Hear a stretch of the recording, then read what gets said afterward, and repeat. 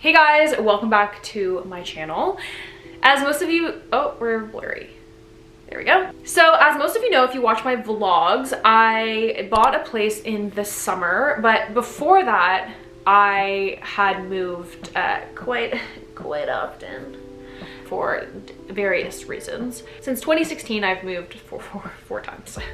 So I guess that's actually quite often. But it means I've rented a lot of places, I've gone through the process, and I have also now bought a place. And now I am renovating. So I am doing a bunch of, renovations, and there will be a whole series on that. But I thought to kick it off, I would do an apartment hunting video because I feel like I'm an expert in this. So if you want to follow along, remember to subscribe and turn on bell notifications to be notified for the videos, because all those videos are coming soon. Obviously, my experience is specific to Toronto and specific to Canada, because obviously if you're buying in another country or another city even, the experience might be completely different. I have 10 things to think about before, renting or buying. And the first one is, of course, your budget. You have to figure out how much you can actually afford on a place. Remember your deposit, your down payment, how much you are approved for a mortgage, so the whole entire cost, and getting pre-approved is, great. If you're an entrepreneur like me, it just makes it that much harder to actually get approved. Very annoying. And then you want to think about what the monthly cost is going to be for your mortgage, if you're buying in a building, what your maintenance fees are going to be, and then also like hydro, whatever. So you got to break that down very specifically. And if you're renting, kind of the same thing, what your rent's gonna be, what your hydro is gonna be, all of that, to figure out exactly how much you can afford. So when I first started looking, one of the first places I looked at was this absolutely stunning, finished 2-bedroom, 2-bath. It was 2-bedroom, 2-bath plus den, actually. I mean, a den in Toronto is like a little jet out in the wall. It's like pretty insane, but this was like already renovated. It was absolutely stunning. It didn't actually hit all of my boxes, but we will talk about that in a second. But it was just decorated beautifully, and I did I pretty much fell in love the moment I walked in, and I was like, this is so stunning, it's so beautiful, the bedrooms are huge, it was just so well done. And then when I got home and I really broke down the budget, I couldn't afford that, and I had to really rethink what I was gonna get and how I was gonna get what I need.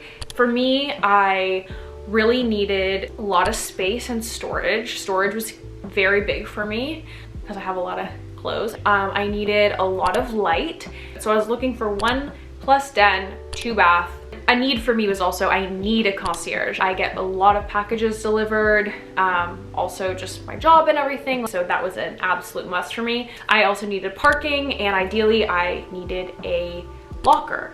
Some things that would have been nice to have. Ideally, I would have had 2 full bath. I would have had 2 full bed. I wanted it to be in an area that was walkable. I like to walk places. The next place I looked at was an older unit, because something I was thinking of, maybe I can look at older units because you get all the space in those older units. This one online had absolutely beautiful light, and it looked like it was gonna check most of my boxes, except it was kind of not in a great area for me. It was more east than I wanted, and it did need a lot of work. It needed renovation. So we went to go see it. It was so big. It had so much space. It was just stunning, but it needed so much work. And then the price point versus the amount of work it needed. The ceilings were also super low. It was also over budget when I factored in how much money needed to go into renovations for me. Number 3, which I think is something that, a lot of people don't actually think about, is which way does the building face and what is your sun exposure? So that first place, the 2-bedroom, 2-bath, it faced south, which you do get a lot of sun all day, but the way the windows were situated, sun would never come directly in, and that is something that I was looking for. So ideally for me, I was gonna face northwest. If you're only home in the morning and then you go to work, and then by the time you get home it's dark out, maybe you do want an east facing place so you do get that beautiful morning light. Tip number 4 is go see places and then reassess your needs and wants, because you might think you want certain things or need certain things, and then maybe that's not true. I thought that for a while I really wanted an older building. As much as I think they're great and you get so much value for them, for how much they were going for, and then the renovation needed to go into it to make it what I actually wanted was just out of budget for me. So I kind of just stopped looking at older buildings after I saw that one. I would also say when you're looking online, go see places that you maybe don't absolutely love online because they might end up surprising you. This one spot I looked at online and it looked okay.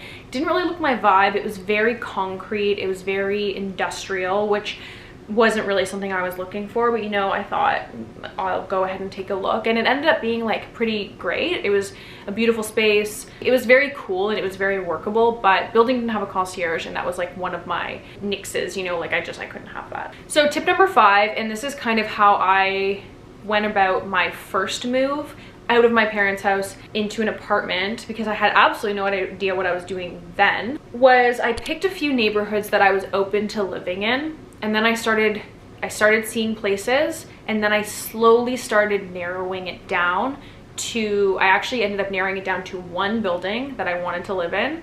And then I saw a bunch of units in that building, and then I ended up in my first apartment. So that's kind of how I did that. I started broad, but not too broad, like just a few different neighborhoods, and then I narrowed it down. Number 6 is get a real estate agent. They are free, like they get paid on the other side, but when you're looking, like, you don't have to pay for them. And I think it's really helpful because they will understand the market better than you. They can help you find places that maybe you don't have time to, especially if you're busy. Like, having someone look through places for you is great. I used Luxury Listings Toronto, my friend Devin. If you're a first-time buyer, having a real estate agent walk you through it, what you need, all of that stuff, very helpful. Number 7, what are your amenities and the vibe of the building? So not something that I ever really looked into before, but specifically when I was buying, I wanted to see what the maintenance fees were, and I wanted to see what that got me. Does your building have a gym? Does it have a pool? If it has a pool, the maintenance fees are probably gonna be super expensive, and are you actually gonna use that pool in Toronto? I'm sure you'd use it if it was an outdoor pool somewhere else, but you know, all of that stuff, if it's really important to you. My first building had a great gym that I used all the time when I was renting. So I mean, the maintenance fees doesn't even matter because when you're renting, you don't pay those, but that was a really great amenity for me. And in my second building too, I forgot that I lived in that building with Joey, yeah. So that also had a great gym too, but then the building that I moved into after that, like, it was literally like a room with no windows. It was so sketch, so I never got to use it, which kind of sucked. Number 8, which was definitely a non-negotiable, is I had bought a very large couch, and I spent a lot of money on that couch. I bought the Restoration Hardware Cloud Couch.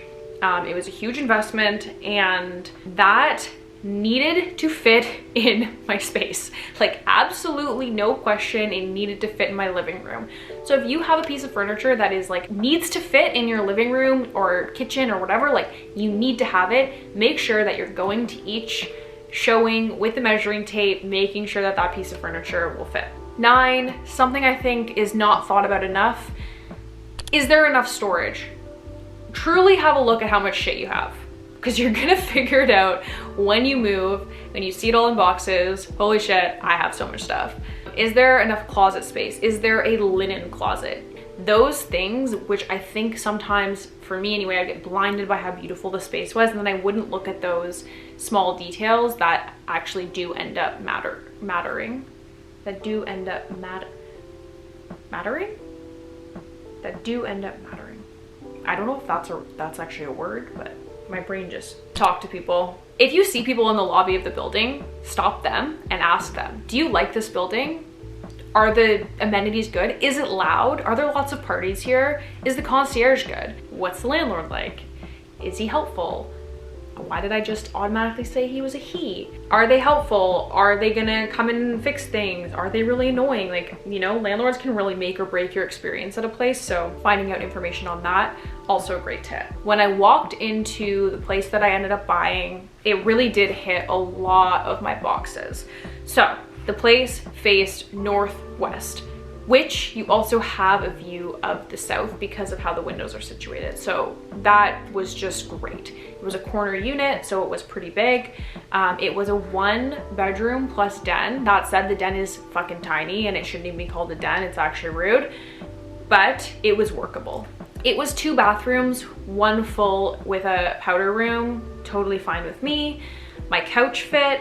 It had the most amazing natural light I've ever seen. The only thing that it didn't have was storage. It didn't have a ton of storage, but it had a parking spot and it had a locker. And what I ended up doing with the place has now given me the storage that I need. It didn't need that much work. I ended up putting a lot of work into it because I got it under budget and there was no bidding wars or anything, which is rare in Toronto. So I ended up having money to put into the renovation, and I ended up renovating to make it exactly how I wanted, but it really did check all my boxes. And if you have any other tips that I maybe missed over, please leave them in the comments so you can help out other people looking to rent or buy. Thank you so much. Love you all. Peace and love. Follow me on Instagram. Bye.